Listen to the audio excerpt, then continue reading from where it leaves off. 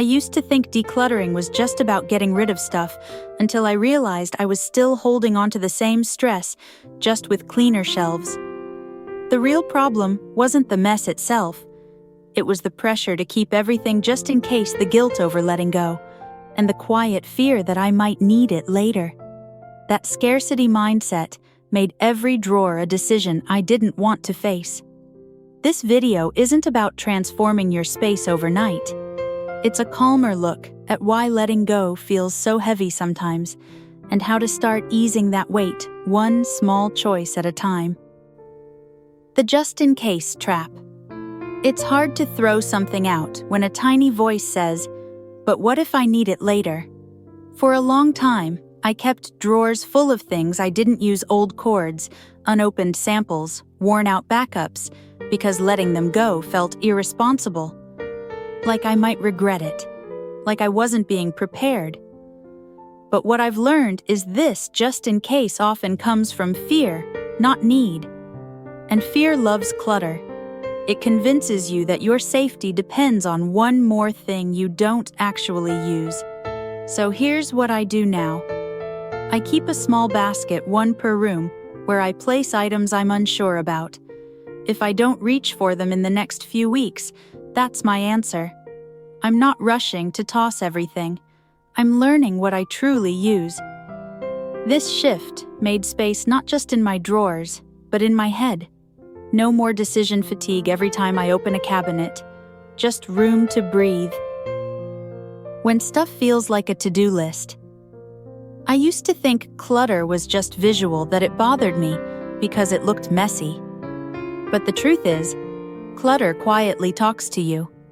It reminds you of projects you didn't finish, clothes you don't fit, gifts you felt guilty about returning. It holds emotional weight you don't even realize you're carrying. Once I noticed that, I stopped asking, "Do I still want this?" and started asking, "How does this item make me feel when I see it?" One shift I made was clearing off the top of my dresser. It used to be where I dumped receipts, jewelry, extra lotions, nothing dramatic, just clutter. But every morning, it was the first thing I saw. And it felt like a low-grade to-do list before I even got dressed. Now, it's just a lamp, one framed photo, and my moisturizer.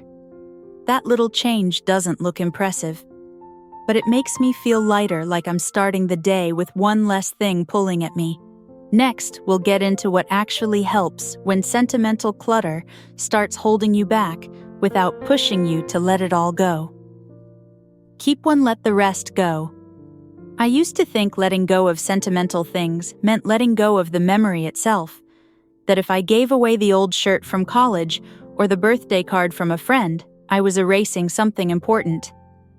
But here's what helped me shift. I realized that the memory isn't in the item, it's in me. And I don't need 10 objects to prove I cared. One small thing chosen with intention can hold just as much meaning without weighing down a whole drawer. Now, when I come across sentimental clutter, I ask myself, if I could only keep one piece of this, which one matters most? I keep that. The rest, I thank and release. It sounds simple, but it's actually a relief, like trimming back noise, so the real memory can stand out. This mindset made it easier to face the emotional pieces, not just the physical ones. Make it lighter, not perfect. There's this quiet pressure to declutter the right way, room by room, big overhaul, dramatic before and after. But when you're already tired, that kind of all-or-nothing thinking just keeps you stuck. What helped me most was lowering the bar. I stopped trying to finish anything and just focused on lightening one moment, like tossing expired coupons while waiting for the coffee to brew, or deleting 5 photos while in line at the store. These aren't big wins, but they shift the energy. They remind your brain, hey, we're doing something. And over time, that quiet momentum adds up without ever needing a decluttering weekend. The next shift is a slower one. Not just what you do, but how you think about what's worth keeping. It's taking it. Trust that future. You can handle it for years. I kept things out of fear I couldn't replace them. Old towels, broken backups, extra mugs from college. It felt frugal, safe. But when I looked closer, it wasn't practicality that was driving it. It was scarcity. Scarcity tells you that the future will be hard, and that your best option is to hold on to everything just in case. But that mindset doesn't just fill closets.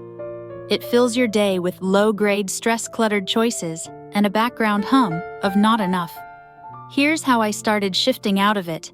I gave myself permission to trust future me. I reminded myself, I've figured things out before, and if I truly need a replacement, I'll find a way. That belief let me donate duplicates, toss what didn't work, and stop holding on to backups that weren't serving me. Clearing physical space became an act of quiet self-trust, not a risk, but a relief. Even tidy clutter drains. Sometimes we think, it's not clutter, I put it away. But storing what we don't use still takes something from us. It takes space, yes, but also energy. Every closet packed to the brim, every drawer that barely closes, creates resistance. You feel it when you're searching for something and can't find it, or when you open a cabinet and instantly feel overwhelmed. I realized this one day looking for a specific spice. I had to take out 5 jars I never use just to reach the one I do. That moment reminded me even well-organized clutter still makes life harder. So now I ask a new question. Would I even miss this if it weren't here? If the answer is no, I let it go. Not because it's in the way, but because it's in the way of something easier. And that brings us back to the core shift, creating a home that supports how you actually live. Let what's working take up more room. The final shift wasn't about decluttering at all. It was about noticing what already felt good and making room for more of that. I looked at my space differently. Instead of asking, what should I get rid of? I asked, what's making life easier right now? That meant keeping the charger where I actually use it, not where it's supposed to go. Leaving one clear counter to prep lunch. Creating space near the door for the bag I use every day. These aren't minimalist rules. They're lived adjustments. They remind me that clearing clutter isn't the goal, it's just the tool. The goal is ease. Breathing room. A home that works with you, not against you. And that starts by noticing what helps, then giving it space to stay. Don't organize what you don't need. There's a trap that feels productive, reorganizing things we don't even need. I used to spend hours trying to find the perfect bins folding systems, drawer inserts, all to better contain stuff I wasn't actually using. But eventually I saw the pattern. I wasn't fixing the problem. I was just making it prettier. And it kept me from asking the real question, do I even need this? Now before I organize anything, I pause and ask if I saw this in a store. Today would I buy it? If not, I don't organize it, I let it go. That shift saved me more time, energy, and money than any container ever did.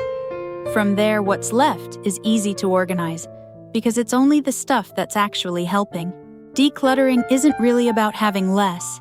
It's about finally feeling less weighed down by things you don't need use or want to think about anymore. Even one small shift, like clearing a surface or letting go of a guilt item, can start to quiet the mental clutter that builds up day to day. It's not about being perfect. It's about creating a little more ease in your home, so you have more energy for what actually matters to you.